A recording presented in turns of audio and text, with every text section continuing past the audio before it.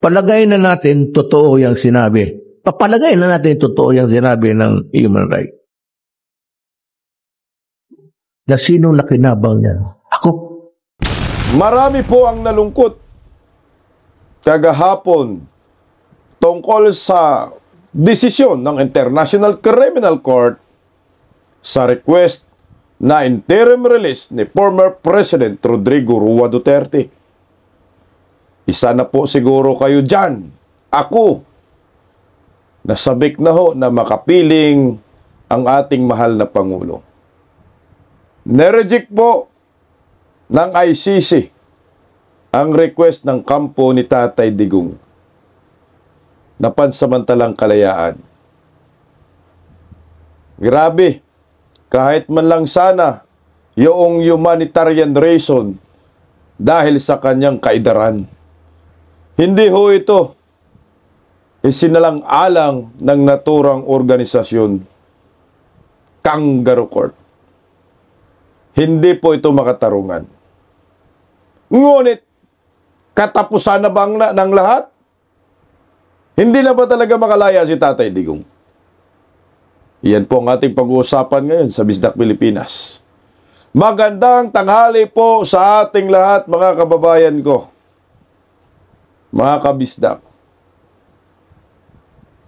May pag-asa pa tayong mga Pilipino na makapiling si former President Rodrigo Roa Duterte. Ginalaw na po ang baso ng Supreme Court. Former President Rodrigo Roa Duterte makakauwi na nga ba sa petisyong habeas corpus ng pamilyang Duterte?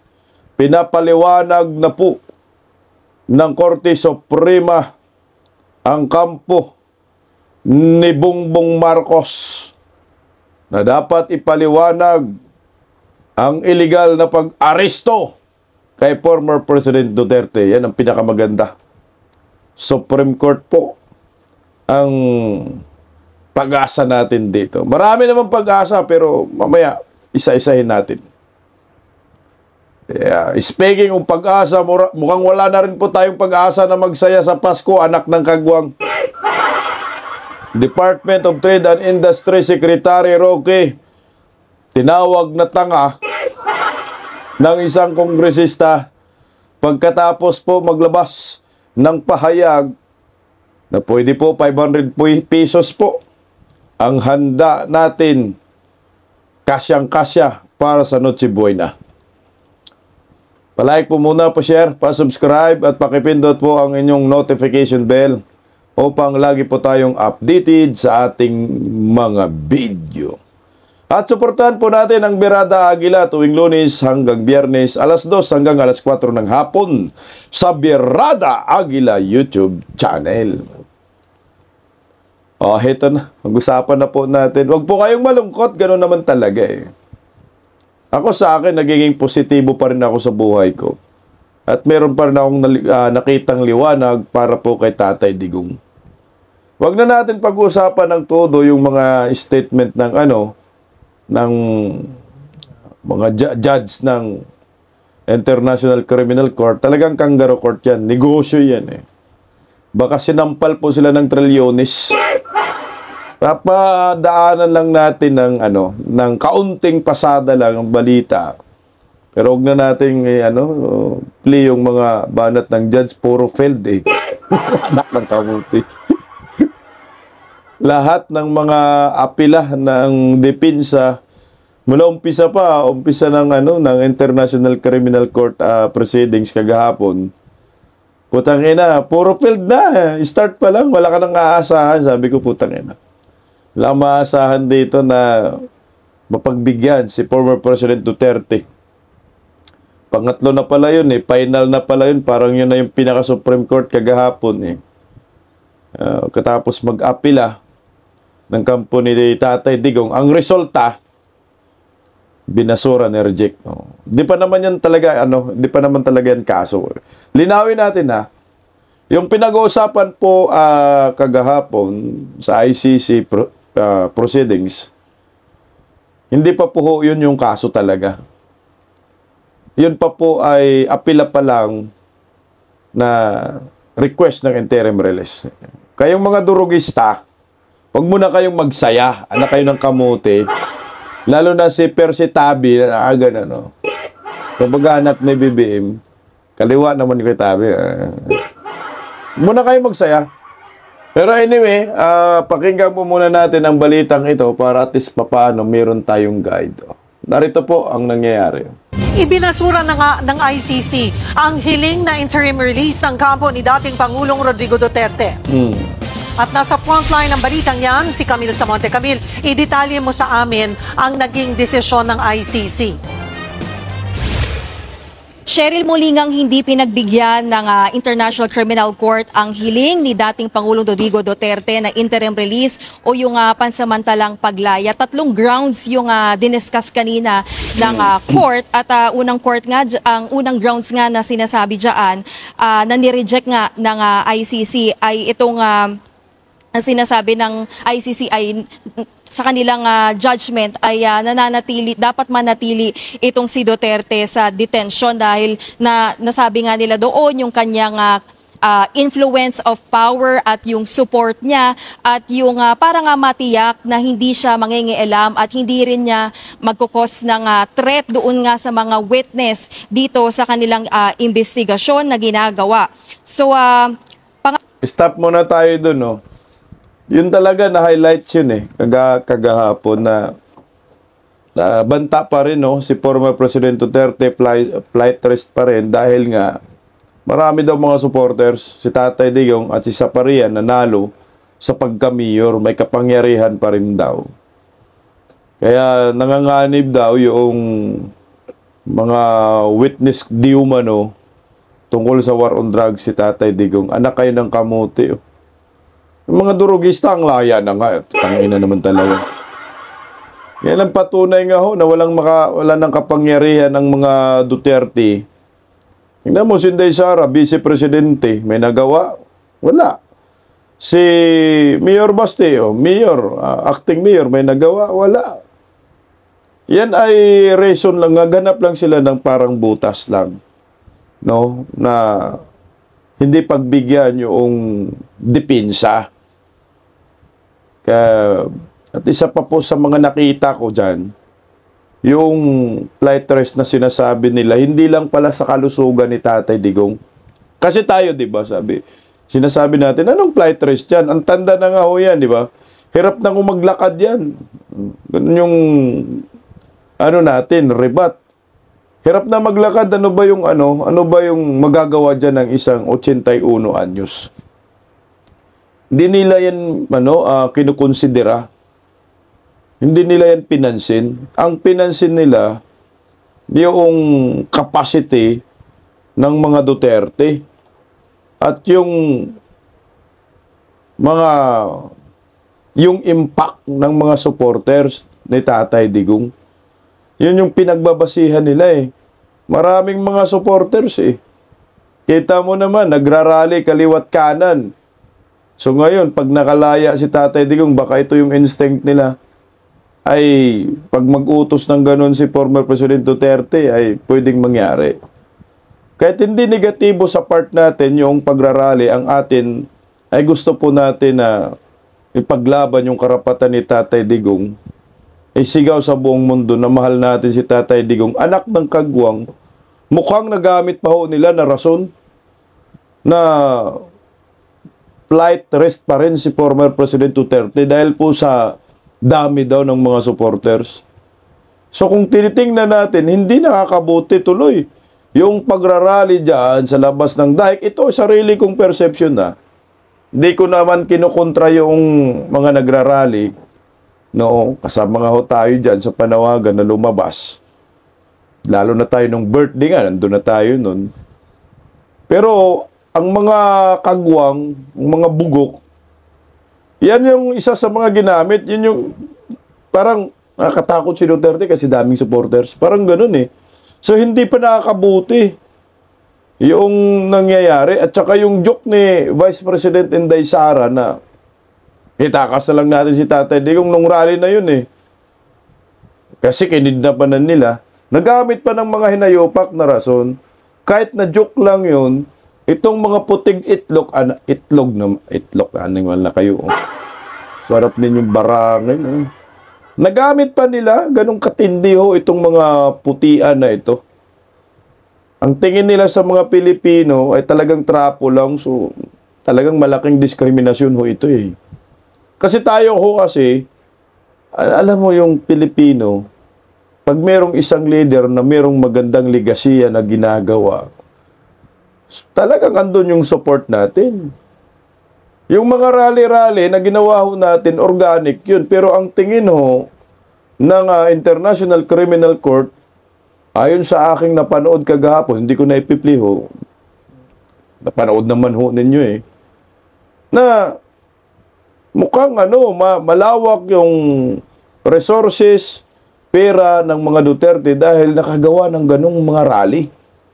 Na ang tingin nila baka ang mga Duterte ang nagbayad dito. Yun ang isa sa mga nakita ko. Pero alam naman natin na organic tayo. Mga volunteer. Pero hindi po naniniwala dyan ang mga puti, anak ng kagwang. Mukhang napasama. Yan ang isa sa mga nakita ko. Pero hindi nga tayo pwedeng pigilan. Dahil ang puso ng mga Pilipino ay hindi mo yan pwedeng diktahan. Ibugso yan ang damdamin natin. Mantakin mo yung mga OFW eh. Sariling gastos po nila yan eh. Pumunta dyan, sa iba't ibang lugar. Ganun ho talaga, mga puti, mga International Criminal Court. Ang mga Pilipino, nagbibigay po talaga yan ng sukli sa isang leader na may ginawang mabuti. Gusto lang na po namin ipakita ng mga Pilipino na hindi totoong mamamatay tao si Tatay Digong dahil mahal po namin siya. Yan lang po yung expression naming mga Pilipino. Pero hindi po yan mga bayad. Ang anak ng kamuti, mukhang yan ang gusto nilang mangyari. Na yung mga nagrarally ay bayad. Kasi flight risk daw eh. Kinukonsidera pala nila. Sinama nila yun. Humanap lang sila ng reason. Humanap lang sila ng butas para hindi mapagbigyan yung interim release. Tuloy oh. Alawa, sinabi rin dito na mayroon ngang sinasabi nung kampo ni Duterte na mayroong bansa nga na gustong kumupkop sa kanya kapag siya ay napagbigyan ng interim release. Cheryl, kung matatandaan, ang ground rule kasi ng ICC ay kung mapapagbigyan ng interim release itong si Duterte ay dapat makaka-attend pa rin siya doon sa hearing. Pero sabi na nga ng pretrial chamber ay hindi rin ito na-guarantee, no, kahit na ipinangako nga nitong state na ito na hindi pinangalan na willing silang tanggapin si Duterte. At sinabi rin ng chamber na bigo ang defense itong kampo ni Duterte, yung napatunayan yung humanitarian consideration sa pag-assess nung kalusugan nga ni Duterte. Cheryl, Stop muna tayo doon sa pangalawa. Yung meron kasing bansa talaga na gusto talaga kumkup kay Tatay Digong, hindi lang sinabi.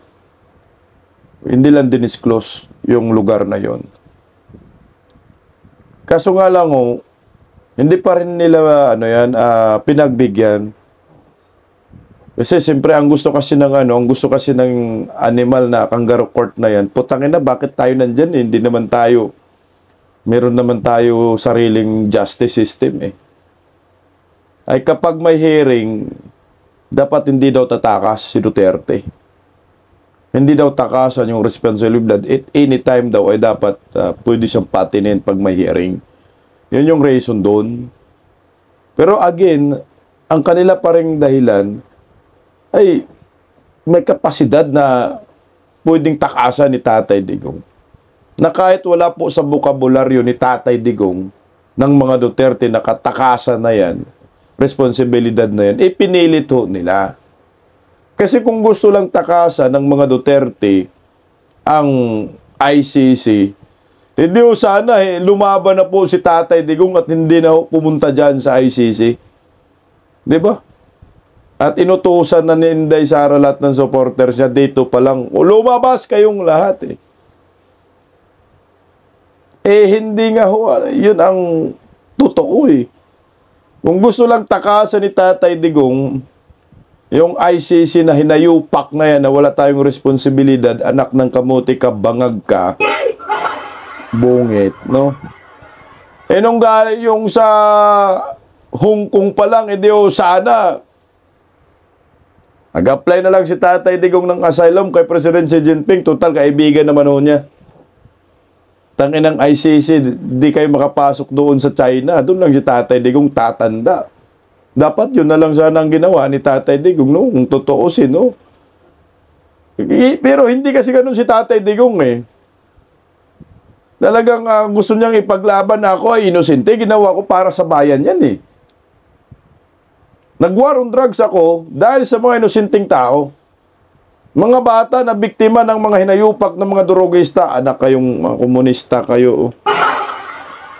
Yan ang hindi naintindihan ng ICC at hindi talaga yan iintindihin ng mga hinayupak na yan. Lalo na ngayon, si Tatay Digong lang ang nakadetain dyan sa ICC. Pag nakalaya si Tatay Digong, wala na silang pera. Kaya sinampal ito ng trilyon. At yung yung final na nga, ito yung masakit dyan eh.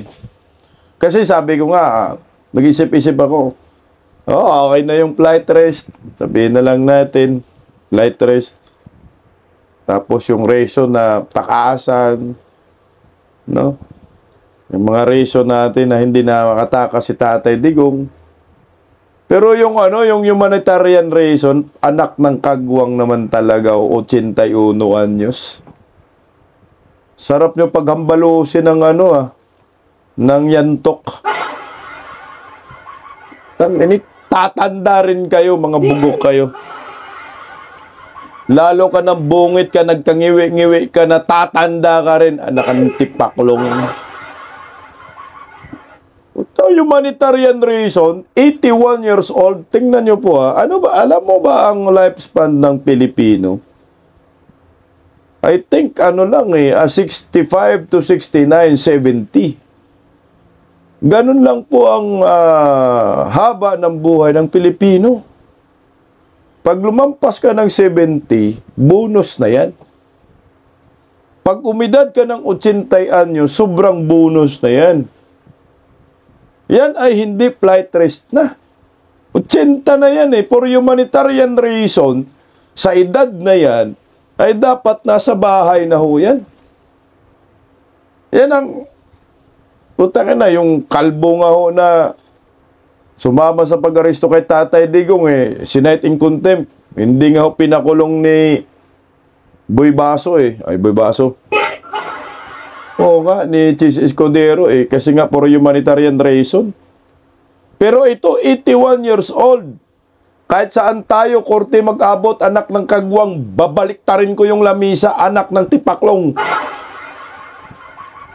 Meron talaga yung tinatawag na humanitarian reason. Kahit sino po ang tanungin mo, grade 1, section 1, tabi ng kubita ng upuan, kahit hindi abogado, anak ng kamote. Promise, to goodness, kayong mga taga-ICC, meron po yan, humanitarian reason, because of age of former President Duterte, 81. Ito yung hindi ko matanggap talaga. Isipin mo, International Criminal Court. Nangangalaga yan sa karapatang pantao international.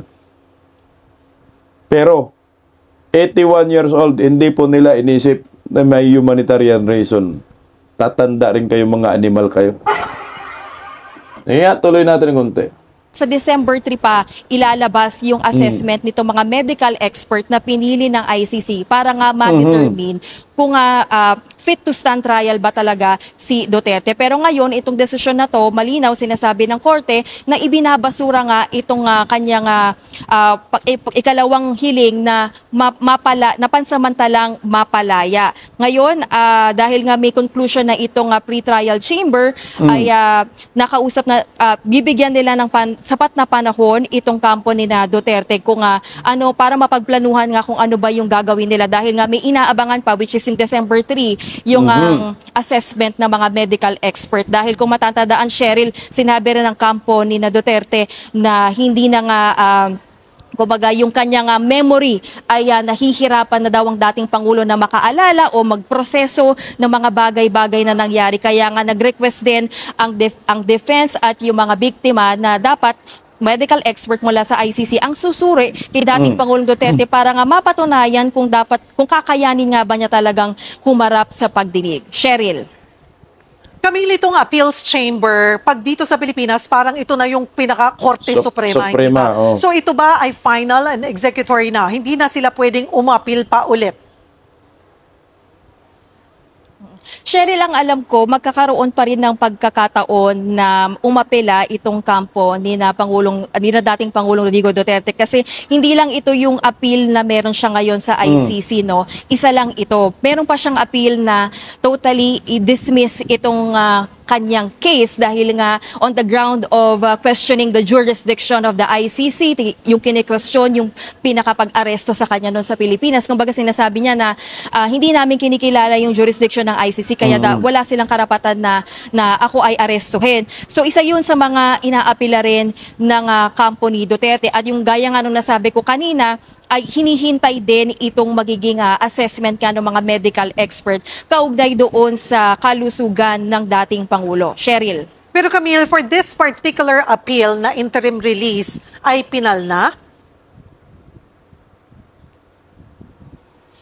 Cheryl, for the interim release, final na ito, no? Ito na yung conclusion talaga na judgment ng pre-trial chamber. Ngayon, aabangan natin kung anong mangyayari, kung magbabago ba yung sitwasyon kapag, for example, lumabas doon sa assessment ng medical expert na hindi nga siya fit to stand trial, then magkakaroon ulit ng pagdinig ang ICC at pag-uusapan niya ng hukom kung anong mangyayari or magkakaroon ba ng pansamantalang break. Kasi if I remember correctly, nung unang pumutok itong balita about his medical condition, ang sinasabi dyan ni Attorney Cristina Conti ay possible na magkaroon muna ng parang break at titignan kung mag-i-improve yung condition ng dating Pangulo, no? Pero yun nga, Cheryl, nakadepende talaga yan doon sa magiging medical assessment. So hinihintay din natin yung feedback mula naman sa kanyang abogado na si Attorney Nicholas Kaufman kung ano na yung magiging susunod nilang hakbang dito. Cheryl. Ito, mga bubonistang tanganista, mga kakampi ng komunista at mga durugista, makinig kayo. Hindi pa po tapos ang lahat, anak kayo ng kagwang. Huwag muna kayo magsaya, baka malungkot kayo. Pero kami, sa totoo lang, ako, malaki pa rin yung, ang tawag dyan, tiningnan na pag-asa na si former President Duterte ay makakauwi. Maraming remedyo Maraming pwedeng paraan para makauwi si Tatay Digong. So, ito na nga ho ngayon. Yung desisyon po ng ICC patungkol sa interim release ni former President Duterte, final na yon. So, final and executory, wala nang apila yun. Hindi na pwedeng mag-apila ang kampo ni former President Duterte. So, ang tanging pag-asa po natin, meron pa, no? Meron pong apila rin po, meron pong banat ang depensa ni Tatay Digong, yung sinabi nila, hindi na to sa interim release, na not to fit stand trial. Ito po yung official statement ni Kaufman dyan. Okay, ang sabi dyan ng Defense Secretary, anak ng kamote. Kala ko presidente na si Inday. Okay. Teka lang, nasan ba yun? Nicholas Kaufman. Asan liit, hindi mabasa. Sige, sabi, the ICC appeal as a chamber has never affirmed the interim release of a person charged with crime, no, against humanity. The defense awaits the results of the medical evaluation of the former president June next month and will reintroduce its request to release a man who is 80 years old and as a result of debilitating physical and cognitive conditions is incapable of flight or as alleged threats to witnesses. Yung ano nga, yung medical, no, expert na magsusuri kay Tatay Digong kung hindi na ba kaya mag-stand sa trial si Tatay Digong kasi ang reason nga, makakalimutin na, hindi na po naalala ni Tatay Digong kahit yung lugar, no, kahit nga birthday niya, hindi na rin niya naalala dahil nga meron na po siyang karamdaman. Makakalimutin na. Siyempre, 80 years old na yan eh. Not to, fit to stand trial na talaga yan. Wala na ho yan. Wala nang mangyayari dyan. Tsaka pag ganyan po, madidismiss mo talagang kaso. Yan yung isa sa mga pag-asa pa ng defense team ni former President Duterte na pwede siyang makauwi pagkatapos po ng resulta ng December 3. Kaso ang problema naman natin dito, kung wala ko sanang mikos-mikos, talagang deserve ni Tatay Digong makakauwi. Kung wala ko sanang tapal Bulcacel na trilyon sa mga bunganga ng ICC, talagang not fit to stand trial. Hindi na talaga kaya to. May manginginig-ginig na nga si Tatay Digong, di ba? Magbanggit lang ng pangalan niya at saka birthday niya, manginginig-ginig na, taga saan siya. Ginig-ginig na si Tatay Digong. Wala na sa katandaan na talaga. Kaso ang problema, ito ay politically motivated. Talagang gigipitin nila si Tatay Digong. Lalo na ang pera, ang pinag-uusapan, talagang yun ang mangyayari. Pero wag po kayo mag-alala, marami pang remedyo. Mamaya pag-usapan natin kung anong mga remedyo para makauwi si Tatay Digong. Napag-usapan muna natin yung naging resulta. At yung isa pa po na mga apila ng defense team ni Tatay Digong ay yung jurisdiction. No? Yung jurisdiction ng International Criminal Court sa kaso ni former President Duterte. Yun po yung medyo mahaba-haba o yan. Mahaba-haba pang usapan yan. Wala pang trial talaga yan. Anak ng kamote. Kawawa nga si Tatay Digong eh. Isipin mo, December 3. Ngayon, pag meron ng resulta, yung mga espesyalistang doktor, kunyari, pero anak ng kamote, sila rin ang pumili. So, alam na natin ang resulta. Kung ano po ang magiging findings ng mga doktor na yan. Sasabihin hindi naman makakalimutan si Duterte, putang ina, 81 anyos, hindi makakalimutin. Si bungit niya eh. 60 plus pa lang, anak ng kamote, makakalimutin na yung ngiwi na panga na yan eh. Si Tatay Digong pa kaya. Ngayon, tatagal pa kasi pag may resulta, merong break, ilang buwan bago maglabas ng decision dyan.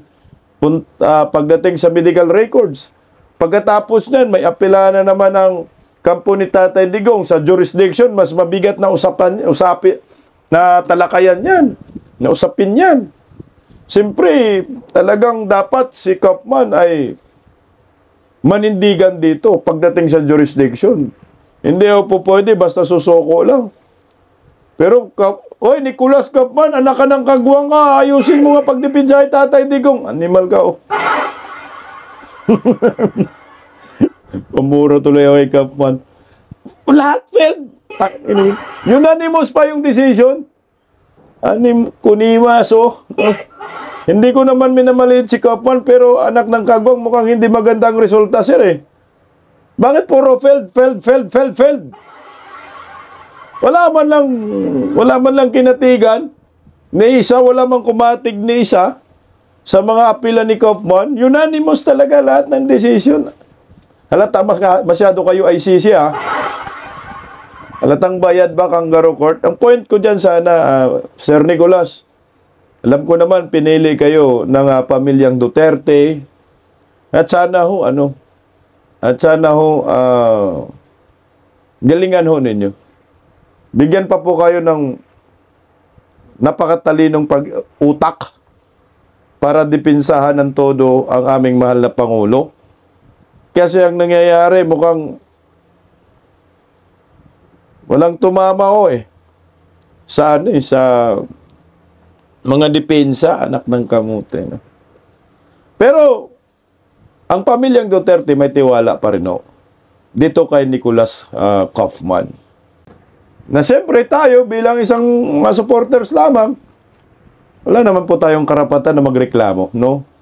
Pero ito ay ating opinion lang ng isang supporter ni Tatay Digong na nakadaw pang palad natin itong si Tatay Digong, nakilala natin personal. Yun lang naman, oh, Sir Nicolas. Pakinggan po natin ang pahayag ng pamilyang Duterte. Narito po. To bring him home. So your prayers, that's enough. That's enough support. Advocating for his release. I hope that the ICC court feeds into this their humanitarian side, sees that the person is no longer a threat or a flight risk or anything. That's all. Po, hakapin niyo po si Tatay Digong, ha? And please, my personal message is, I'm alive and well now, and I continue to support. Actually, i-update ko siya sa health status mo. Nag-alala rin siya. Pero, na-timing ko man na bago ako nagpasok, nakita ko na okay ka naman, alive and well. Kita ko kayong video na may nagsalubong sa'yo sa airport. So, okay. And pakisabi, sabi ng Diyos, talagang hindi kami pwede maghiwalay dito sa dahig. Parang sabay-sabay talaga kayo Sinakay na ako sa aeroplano, papunta Austria. Binaba pa ako ulit. Sabi, ayaw ko pa hiwalay kita, Tatay Digong. Pakisabi lang po, nandito tayo hanggang huli. Okay? Lahat po kami dito, naririto hanggang huli. Walang iwanan. Oh? So, hang on that. We love him even more now that he is facing this challenge. Okay? Sige po. Media, do you have any further questions? Yes, I have a question po. What's your next step po after the decision of the court? Well, even if the appeals court didn't find any grounds, we still trust our attorneys and the legal team handling the defense of my grandfather. So it's up to them. The family fully backs their strategies and they know what to do next. Okay, What ito do you pa. think, sir, this from European Media Network, what do you think will be the possible next? Okay, tingnan mo po ang pamilyang Duterte, no? Hindi man lang sila pinanghinaan ng loob. At naglabas pa po sila ng statement. Ito po ang statement ng pamilyang Duterte tungkol sa naging resulta ho daan sa request na interim release po ng kampo ni Tatay Diggs. The family accepts the ICC appeals chambers decision with peaceful hearts. We will continue to work with the defense team on the case and will keep supporting former President Rodrigo Duterte with our daily conversations. We thank everyone who prayed with us today. Ayan o. Marami pong nalungkot no? Marami pong pumalag, lalo na po sa social media, sari-saring reaction. Pero sabi ko nga, ganun talaga ang laban. Minsan, sa una ay talo ka, pero darating ang time na nanalo ka rin. Meron talagang day of reckoning. Kagaya po itong si Idol Robin Padilla. Ang post niya, ang kalungkutan. Idol Robin Padilla, huwag kang malungkot. Tumayo po kayo. No? Ako sa akin, ang payo ko sa ating mga kababayan, huwag kang malungkot. Huwag tayong malungkot. Hindi yan nakakatulong talaga sa akin, para sa akin. Hindi nakakatulong yung parang ma-discourage ka na dahil na-release na-deny yung interim release request si Tatay Digong. Kumbaga parang wala ka ng bukas, no? Ang Pilipino ay fighter, lumaban po tayo. May pag-asa pa, meron pang December 3, meron pang jurisdiction. Putya nga, 3 counts of murder lang yan eh. Hindi naman 1,000 yung mga pinapatay. Di umano. Kagaya ng paniwala ng mga nakanguwi ang panga. Kagaya itong si Percy Tabi, anak ng kagwang. Tingnan mo. On no less than Children's Month, the forces of justice in the universe decided to dismiss Duterte's appeal for interim release. dapat niyang pagbayaran ang buhay ng mga batang pinatay noong drug war. Oy! Hustisya ito para kina Micah, 3 years old. Oy! Danica May, 5 years old. Oy! Skyler, 4 years old. At sa libo-libo pang biktima ng madugong war on drugs. Narinig nyo sinasabi ni Percy Tabi? Alisin na natin, sarap sapakin eh. Laging may pinapanigan, gano'n. No?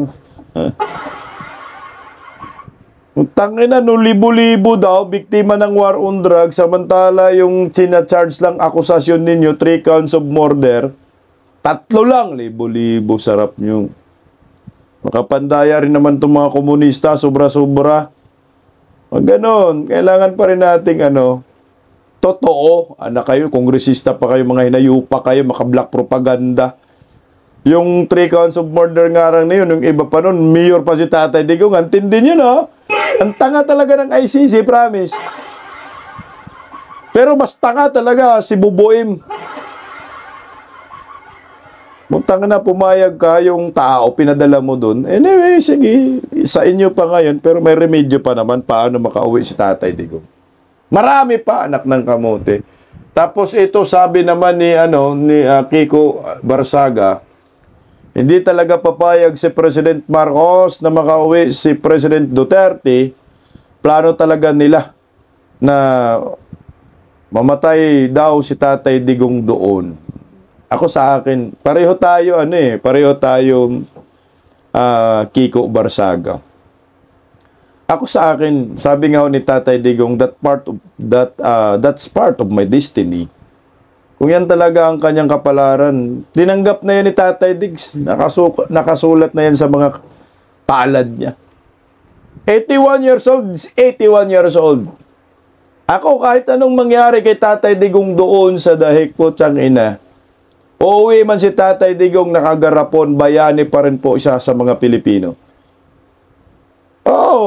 Sabihin na lang natin na, tayo, kumbaga, hindi tayo magtagumpay na magpapawi kay Tatay Digong, pero hindi ko po kayo, inalisan ng pag-asa. Marami pang pag-asa. Pero sinabi ko rin sa inyo, huwag kayong malungkot. Dahil si Tatay Digong, kuta na sa buhay, 81 years old. Nagampanan na niya ang kanyang pangako sa atin. Subit. O bakit ba? Pag namatay dun si Tatay Digong, katapusan na ba ng mundo? Hindi eh. Katapusan natin mga Pilipino, hindi. Magbibigay aral yan sa atin, kung ganyan ang mangyayari kay Tatay Digong. At yung pamilyang Marcos, kamumuhian po yan. Alam na yan ni Tatay Diggs. Tingnan mo, hindi na nga ho siya tumayo doon sa Hindi na nga ho siya pumunta doon sa Appeals Chamber ng ICC. Kumbaga, pinapasa Diyos na lang ho niya. Si Tatay Diggs, wala nang pwedeng patunayan pa sa kanyang pagka-Pilipino. 81 years old. Sa buhay niya, marami siyang nagawa para sa ating mahal na inang bayan. Yan ang totoo. Hindi na yan mabubura. Oo, pinagkaisahan po ninyo. Pero ang katotohanan, hindi na nyo mabubura na si Tatay Digong ay mahal na mahal po yan ng taong bayan. Ito, meron lang po akong i-play. Sige, bago pala si Ma'am Rowena Guanzon, meron din siyang post. Nadismaya rin siya. Pakinggan niyo po itong statement ni former President Duterte. Bungit, makinig ka bungit. Na yung ginagawa ho niya ay hindi lang po yan para sa kanya, kundi para sa bayan. Narito po. Throwback ka. Huwag mag-iyakan. Kailangan pag-asa. Oh. Palagay na natin totoo yung sinabi. Palagay na natin totoo yung sinabi ng human rights. Na sino nakinabang niya? Ako ang nakinabang. Pamilya ko.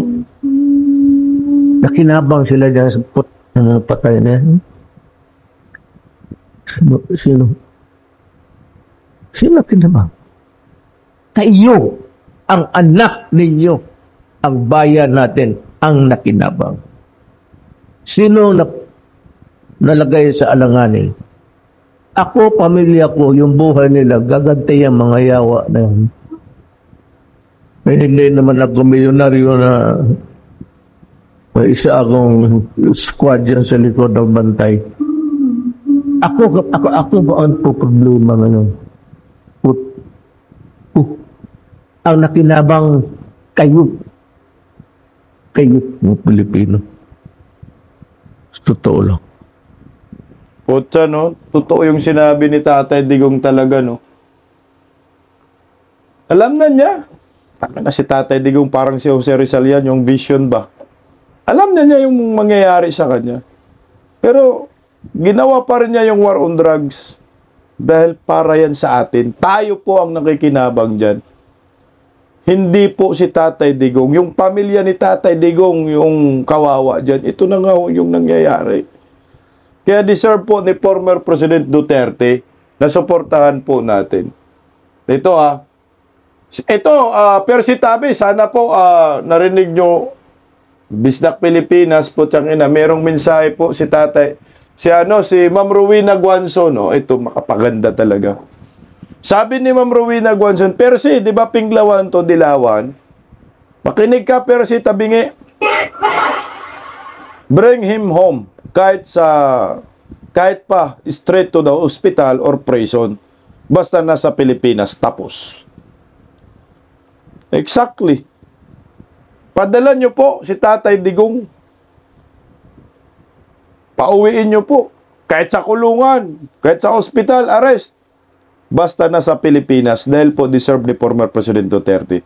Ang makagawa lang yan, Presidente, si Bongbong Marcos. Pero ito po yung kabuuan ng statement ni Ma'am Rowena Guanzon. Ang sabi ni Ma'am Rowena Guanzon, makinig kayo mga bobonistang tanganista, mga durugista.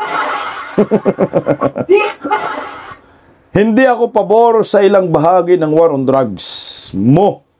Si Tatay Digong yung tinutukoy niya dito. At alam ng lahat yun.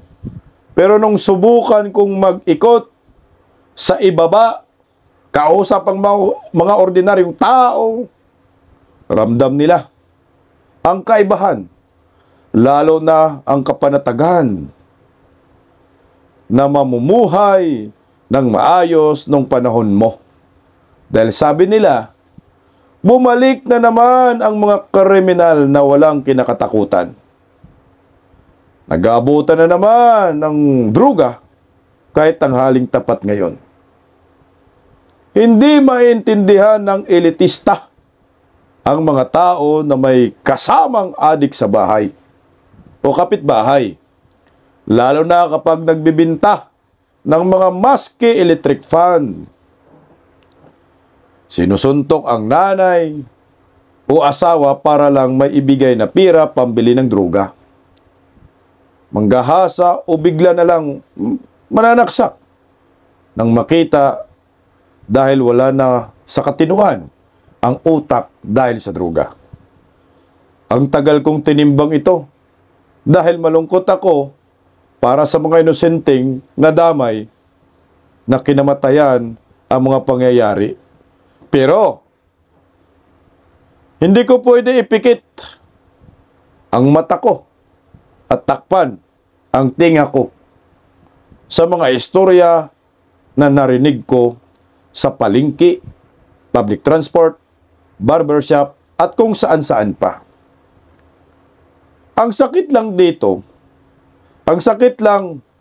ka sana nakakulong sa atin dahil sabi nga ni BBM sa mga fugitive abroad na working naman ang legal system natin, kaya umuwi sila at harapin ang kanilang kaso.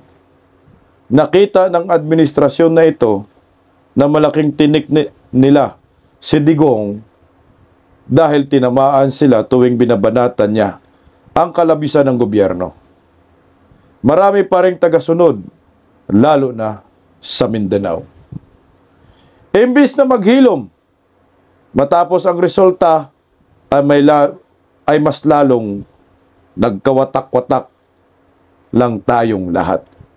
Yun po yung resulta talaga ng interim release. Watak-watak talaga, anak ka ng kagwang.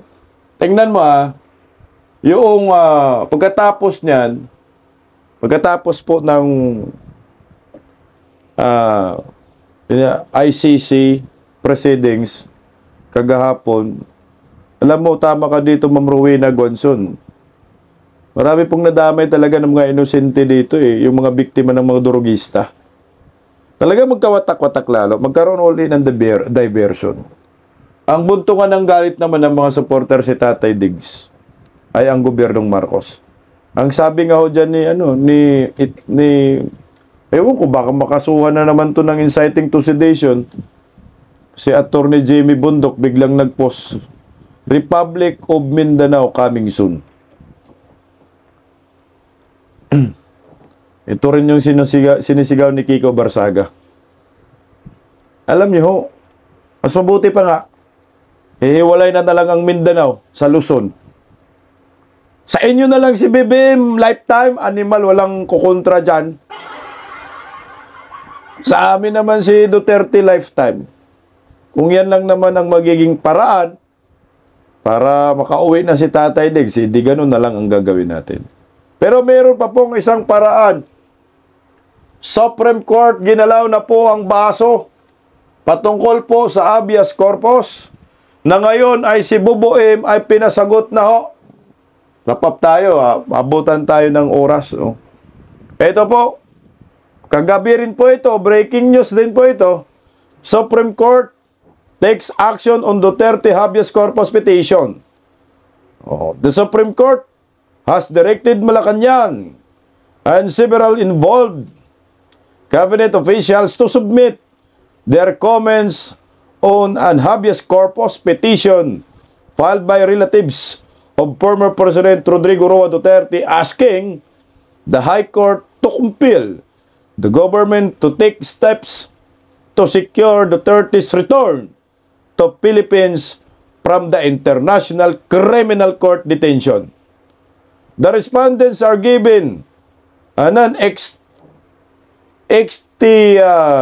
estimable period of 30 days to file their respective memoranda. 30 days. Sumagot na kayo, Boboim. Yan ang yan yung magiging alas na ho natin, no? Supreme Court. Dapat po ito po yung pinapasagot. Narito po ang buong listahan ng mga pangalang nakasaad sa Supreme Court in bank notice para sa kaso kaugnay sa petition for writ o habeas corpus ni dating Pangulong Rodrigo Roa Duterte na illegal po na dinala sa dahig illegal na pagka-aresto. Lucas Bersamin, Jesus Crispin Remulla, Juan Victor Remulla Jr., John Vic, Juan ka pala John Vic, anak ka nakagwang ka.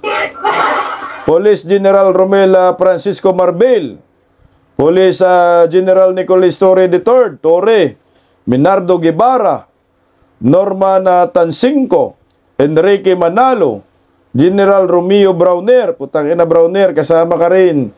Yosek Lieutenant General Antonio Alcantara, Captain Janig Golia, Captain Elmo Sigubia. Yan po yung pagpapaliwanagin po ng Korte Suprema.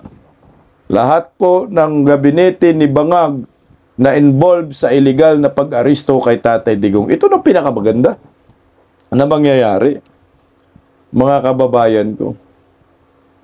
O sa akin, Supreme Court talaga. Pag naniniwala pa rin po ako sa Supreme Court sa akin Kasi nga tingnan mo naman yung impeachment ni ni Vice President Duterte. Unanimous decision binalik yung impeachment doon sa Kongreso. Articles of impeachment ibinalik kay Tambaloslos. Kaya di namatay na yung di ba, impeachment. Naniwala pa rin po ako dito sa Supreme Court dahil ito po yung tanging pag-asa. Pag inutos ng Korte Suprema na iuwi si Tatay Digong dahil illegal po yan ninyong inaresto, patay ka dyan, bangag ka. That's a impeachable offense. Supreme Court na po ang naghusga dyan So dalawa ang tama natin dito. Kung kakatigan ng Korte Suprema yung habeas corpus ng pamilya ni Tatay Digong na iuwi si Tatay Digong, makakauwi si Tatay Digong sa Pilipinas at si Bangag haharap sa impeachment court sa ating bansa. Yan ang pinakamagandang mangyayari. Ako naging positibo lang po ako dyan dahil alam ko may magandang mangyayari kay Tatay Digong. Hindi po ako nawawala ng pag-asa yan. Diyan sa Supreme Court. Putang ina kayong mga justices dyan, tumayo naman kayo para sa Pilipino. Hindi po pwede na kakatigan natin yung kabaluktutan ng gobyernong Marcos. Ako positive ako dito. Meron tayong Supreme Court. Ipakita nyo na umiiral po ang ating saligang batas. Ipakita nyo na hindi palyado ang justice system natin. Kasi pag kayo, nakikinig kay Bangag, anak kayo ng kagwang kayo, mga hinayupak, pagtatawanan tayo sa buong mundo. Pinagtatawanan na nga tayo eh. Simula noon. Kung hindi pa talaga uubra itong anak ng kagwang na Supreme Court, ay putya, mas maganda to eh. No? Mas maganda to. Ito, pakinggan natin si Attorney Respicio. Kailangan ba nating magkaisa at buuin ang ating persa? Oo. Dahil ang kalaban natin ay buong gobyerno at sila ang pinakamalakas ngayon. Buo ang kanilang kapangyarihan. Nag-iisa sila sa kanilang objective at kultura na mangurap at magnakaw ng pera ng taong bayan. Kapag hindi tayo magkakaisa taong bayan, kahit anong kulay natin, anuman ang pinanggalingan natin, anuman ang tribo at salita natin, pag hindi tayo magkakaisa sa isang posisyon, ay hindi natin mabubuhat ang malaking kalaban na ito. Kailangan nating i-acknowledge yung importansya ng pagkakaisa at yung common na message natin. Ang question dyan is, kailangan ba nating i-deny ang sarili natin ng konti para itanggi natin konti yung distinct na advocacy ng certain color natin? Halimbawa, pag-resigning si Sara, o kaya magkaroon ng revolusyon, o kaya magkaroon ng military takeover, etc. etc. I-set aside muna natin yon. Kasi once na i-dilute mo yung messaging, once i-dilute mo yung strategy, pagkakagulo na lahat, di na uniform, diluted na yung pwersa, di natin maipapakita yung totoong lakas ng taong bayan pagdating sa mga rally. I think nangyari yan nung nakaraan, nung September. I think nangyari rin kasama tayo sa rally. Hindi ko nakikita na uniform and common yung strategy natin and objective natin. Kaya hindi nagkakaisa yung taong bayan. Dapat manatili tayo sa mensahe na welcome ang lahat, sama-sama tayong lahat dahil ang nagbubugkos sa atin ay yung nag-iisang objective na ayaw na natin ito at gusto natin ng pagbabago. Simple lamang po. Huwag nating i-dilute ang ating mensahe at strategy. Ayan ang pag-asa natin. Sibakin si Bangag. Pagbasibak si Bangag, si Inday Sara maging presidente. Sana narinig nyo itong mga dilawan, pinklawan, anak kayo ng kagwang kayo. Bakit nyo idadamay si Vice President Inday Sara na pag-resignin? Wala namang kinalaman sa korupsyon, sa flood control. Isit aside natin yan, anak kayo ng kamuti. Sinabi na nga ng Supreme Court, walang basihan yung articles of impeachment. Pinipilit pa talaga ninyo. Hindi talaga tayo magkakaisa, hindi tayo magtatagumpay. Tandaan ninyo ang kalaban natin, mga kawatan. Isa lang. Ang common denominator natin, galit tayo sa mga kawatan. Sino bang kawatan? Mga Marcos, sila man yan na naglima sa kaban ng bayan, yan ang tunay ho dyan. Kaya sana magkakaintindihan tayo. At wala na pong ibang papalit sa pagkapangulo, kundi ang Vice Presidente. O sana po ito ito, kakampi na ninyo nagsabi dito, mga tanga nyo. Ito, sabi ni Carpio, Justice, former Justice. Constitution provides clear line of succession to presidency. Yan ang pinakamaliwanag. Kung ano po ang mangyayari kay Bangag, ma-impeach yan or husgahan, mag-resign dahil na-stress na or mapatalsik, tanong lang naman tayo dito, no? Halimbawa lang naman. Baka makayo, kasuhan tayo na destabilizer na naman. Anak ka talaga, anti-Claire. Destabilizer! Ganun. Automatic ang Vice Presidente maging Presidente. At isa rin po yan sa mga paraan. Kung talagang ayaw na ng Supreme Court, ayaw katigan si Tatay Digong, yung habeas corpus, pero positive ako dyan. Ito na lang Kailangan maging presidente si Vice President Inday Sara Duterte para makauwi si former President Duterte at makulong si Bongbong Marcos. kasama po yung mga kasabwat sa pagkidnap kay Tatay Digong at mga naglimas sa kaban ng bayan. Yan po ang totoo. Na kasi ang tingin sa atin ng mga hinayupak na nasa gobyerno ngayon ay mga hampas lupa tayo. Saan ang hustisya nito? Nang inumin, Mag-Noche Buena ka daw ng 500 pesos, okay na ho. O kami, 500 pesos, pero kayo, milyon-milyon. Sabi ng DTI Secretary, kung tutuusin, 500 pesos, makakabili ka na. Makakabili na kayo ng ham, makagawa ka na ng macaroni salad, makagawa ka na rin ng spaghetti. Depende rin pa kung kung ilan yung taong nakakain. 500 pesos daw, Noche Buena. Tangina naman, kala nyo naman, di namin kaya bumili ng pagkain. Kaya namin kahit walang flood control. Hindi kami kumita sa flood control, kaya hindi po yung pinapalampas ng isang kongresista. Minura siya eh. Tinawag na Tuwing Pasko na nga lang pwede maging masaya yung pamilyang Pilipino. Tapos sasabihin mo, 500 piso, kasya na para sa Noche Buena. Ikaw nga mismo, baka hindi nagno-Noche Buena ng 500 piso eh. Correct. Ngayon, Secretary Roque, kung talagang naniniwala ka at ipinaglalaban mo, nakasya talaga yung 500 piso para sa Noche Buena, mag 500 peso Noche Buena Challenge tayo. Kayo na mamili ng palengke at lugar, sasamahan ko pa kayo. At kung talagang hindi ka atras, Secretary Cristina Roque, kumuha ka ng isang pakete ng spaghetti, ipukpok mo sa ulo mo hanggang magising ka dyan sa katangahan mo. Okay ka, Dong. Sana, Dong, wag kang mag-iba ng landas, Dong. Tangina, yung tawagin ka tanga, masakit na yon. Kaya mga bubonistang tanganista, ang dami dito sa Bisdak Pilipinas, pakalat-kalat, kaya galit sa akin eh. Katropa rin yan ni BBM at saka ni Percy Tabi, ngumingiwi. Meron akong nakitang video, anak ng kagwang, ngumingiwi talaga siya. Huwag na natin yung audio, kasi bangag salita. Ayan, grabe, ngiwi-ngiwi siya dyan. Tropa rin ni BBM, ni Lisa. Ay, grabe, Malala na rin yung yung resulta ng polvoron sa kanya.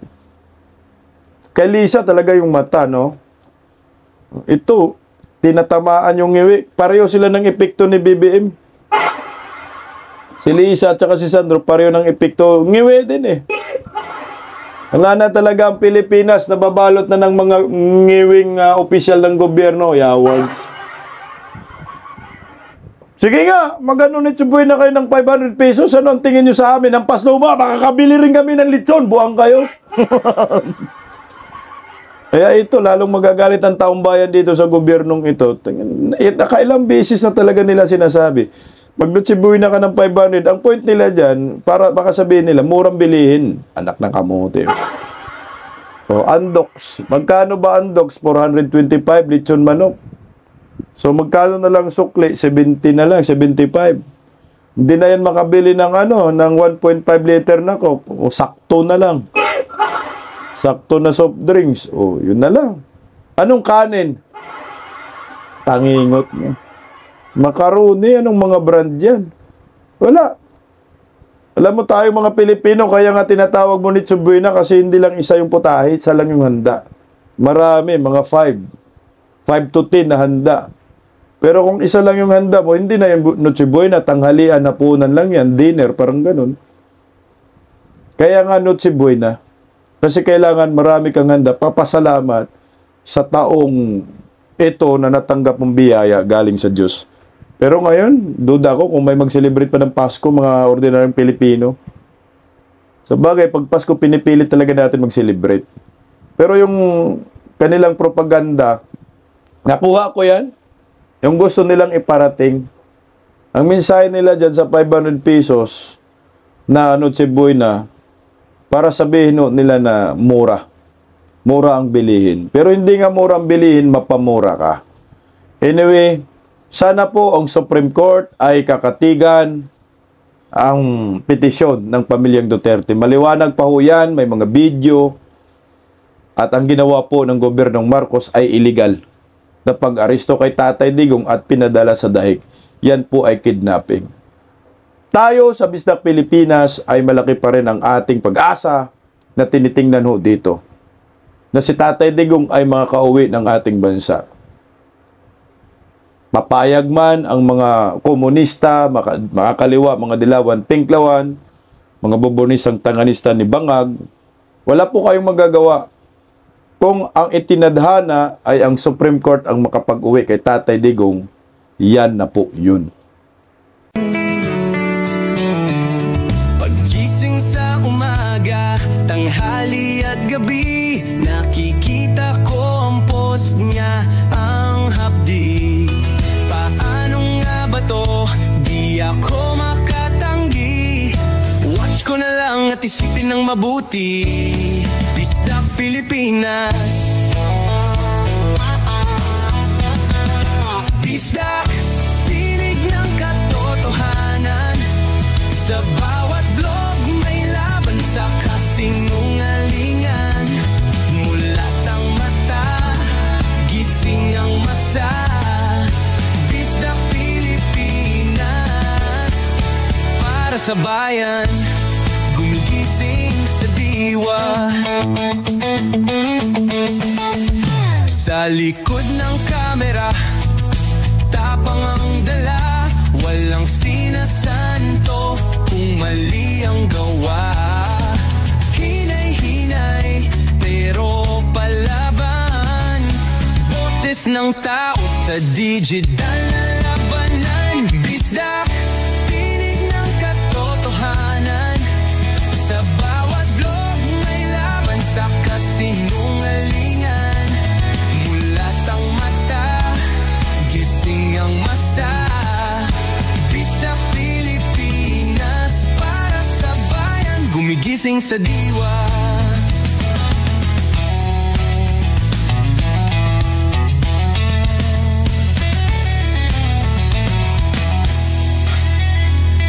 Hindi artista, hindi politiko, pero ang katotohanan, sigaw niya ay buo. Sa YouTube o Facebook man siya makita, may aral ka pa rin, may uri sa bawat salita. Bisdak, gising sa katotohanan, di lang kwento, kundi panawagan. Sa bawat Pilipinong naghahanap ng liwanag. Bisdak Pilipinas, kasama sa pagbangon ng bayan. Bisdak Pilipinas, boses ng masa, gising ang diwa. Sa vlog mo, may pag-asa.